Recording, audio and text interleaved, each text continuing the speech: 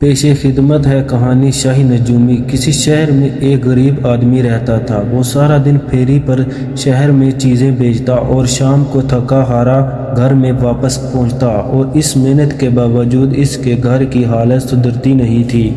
کبھی کھانے کے لیے کچھ نہ ہوتا تو کبھی پہننے کے لیے، لیکن وہ ہر حال میں خدا کا شکر ادا کرتا۔ جو اس کی آمدنی تھی اسی پر قناعت کرتا۔ کسی کو دھوکہ دینے یا بے ایمانی سے دولت کمانے کا اسے کبھی خیال نہ آیا۔ ایک روز پھیری والے کی بیوی شہر کے ایک زنانہ حمام میں نہانے کے لیے گئی۔ اس زمانے میں لوگ گھروں میں نہیں نہایا کرتے تھے، بلکہ شہر میں مختلف مقامات پر چھوٹے بڑے سینکڑوں زنانہ مردانہ حمام کھلے ہوتے تھے۔ ان حماموں میں روزانہ ہزاروں لوگ جا کر نہایا کرتے تھے۔ یہاں نہانے کا بڑا عمدہ نظام تھا۔ ٹھنڈا اور گرم پانی نہانے والوں کو حسب منشاب ہر وقت تیار تھا۔ نہانے کے لیے کئی خدمت گار اور کنیزیں موجود رہتی تھیں۔ غریب پھیری والے کی بیوی نے ابھی نہانا شروع بھی نہ کیا تھا کہ ایک شاندار گھوڑا گاڑی حمام کے دروازے پر آ کے رکی، اور اس میں سے ایک دولت مند خاتون اتر کر حمام کے اندر آئی۔ اس خواتین کا لباس بے حد قیمتی اور خوش نما تھا۔ ہاتھوں اور گردن میں سونے کے نفیس زیور تھے، انگلیوں میں ہیرے کی کئی انگوٹھیاں تھیں۔